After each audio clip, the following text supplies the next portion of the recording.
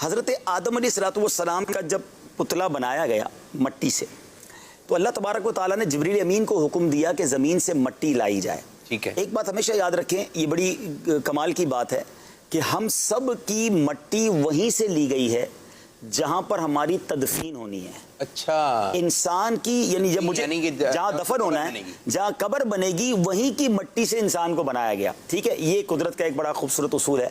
तो अब इसमें एक इश्क वाली बात बताऊं कि सुभान अल्लाह, हजरत अबू बकर सिद्दीक रदी अल्लाह तआला और हजरत उमर फारूक की किस्मत देखें कि इनकी मट्टी वहीं से ली गई जहां से नबी पाक अलैहिस्सलाम की सुभान अल्लाह, यानी ये तीनों एक ही मट्टी से गोया इनकी वो तख्लीक जो है वही, और वहीं उनकी तदफीन हो गई नबी पाक के साथ। अल्लाह करे हमारी मट्टी भी मदीने की हो और हमें वहीं तदफीन नसीब हो। अच्छा, अब आते हैं दूसरी बात। लेकिन जब हजरत आदम अलैहिस्सलाम की मट्टी लेने के लिए जिब्रील अमीन आए ना दुनिया में, तो उन्होंने जब मट्टी के लिए एक मुट्ठी उठाई तो पूरी ज़मीन की जो ज़मीन की ऊपरी परत थी, ऊपरी लेयर थी मट्टी की, वो रोल होके समझ ले उनके हाथ में आ गई। अच्छा, और उसकी वजह क्या बनी? उसकी वजह देखें कि उसमें फीकी मट्टी भी थी, मीठी भी थी, लाल भी थी, काली भी थी, वाइट भी थी, अलग अलग मिजाज और अलग अलग रंग की मट्टियाँ थी, और उस मट्टी से हज़रत आदम अलैहिस्सलाम को बनाया गया।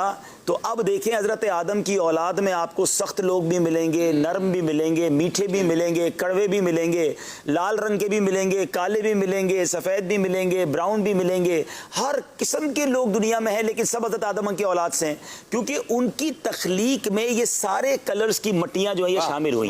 अफ्रीका की मट्टी भी शामिल हुई, यूँ समझ ले, यूरोप की भी शामिल हुई, पाको हिंद की, एशिया की भी हुई, ताकि हर तरह की औलाद आदम हुई। तीसरी बात जो और दिलचस्प है, आदमी, हाँ आदमी, हम आदम से हैं आदमी।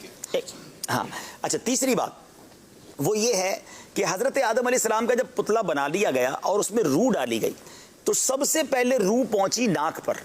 अच्छा, सर की जानिब से रूह दाखिल हुई, तो नाक पर जब पहुंची तो आपको आई छींक, और जैसे ही जबान पर रूह आई, यानी नाक के बाद जबान बोलने के काबिल हुई, तो पहला लफ्ज जो आपकी जबान से निकला वो अल्हम्दुलिल्लाह निकला। सुभान अल्लाह। छींकने के बाद जो हम अल्हम्दुलिल्लाह कहते हैं, हजरत आदम का पहला अमल इस दुनिया में छींक था, और आपने पहला जुमला जो कहा वो कहा अल्हम्दुलिल्लाह। और कमाल देखे, जब कोई अल्हम्दुलिल्लाह कहता है तो हम क्या कहते हैं जवाब में?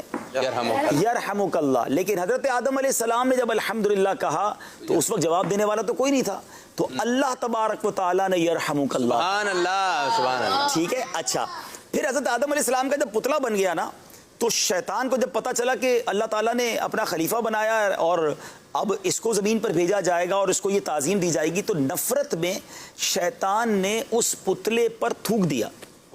अच्छा, अब ये जो अब मज़े की बात आपको बताऊं, ये हमारे पेट पर जो नाफ बनी हुई है ना, ये नाफ पहले नहीं थी। हज़रत आदम अलैहिस्सलाम के जिस्म पर नाफ नहीं थी, नाफ मुबारक नहीं थी।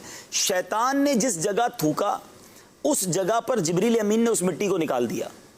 उस हिस्से को निकाला तो ये बेली बटन जिसको अंग्रेजी में कहते हैं, जो हमारा नाफ के जगह जो छोटा सा सुराख है, ये बन गया। अच्छा, अब उस मट्टी से क्या बना? तफसीर रूहुल बयान में ये है कि उस मट्टी से कुत्ता बनाया गया। अच्छा, उस जो छोटा सा पीस ऑफ द सैंड था, उससे बनाया गया कुत्ता। मिट्टी से बना। अब जरा सुने तो सही, अब कुत्ते में 3 आदतें हैं। वो इंसान का दोस्त भी बन जाता है, ये बात भी, इंसान को काटता भी है, ये भी है, और सारी रात जागता भी है। ठीक है, उलमा ने इसकी तीनों की वजह बताई। ये काटता इसलिए है कि शैतान के थूक इसमें शामिल है। अच्छा। ये इंसान का दोस्त इसलिए जल्दी बन जाता है, करीब इसलिए आ जाता है कि इसमें हज़रत आदम वाली मिट्टी भी है, और ये सारी रात जागता है इसलिए कि जिब्रील अमीन के हाथ लगे हैं। सुभान अल्लाह। तो ये वो बातें हैं जो यूँ समझिए वाक़या तो अंबिया का ही है, लेकिन शायद ये बातें न्यू होंगी हमारे नाज़रीन के लिए, इंटरेस्टिंग भी हैं, और ये मालूमात किताबों में पढ़ें तो मिलती हैं। तो अल्लाह पाक हम सबको और अंबिया किराम का फैज़ान नसीब।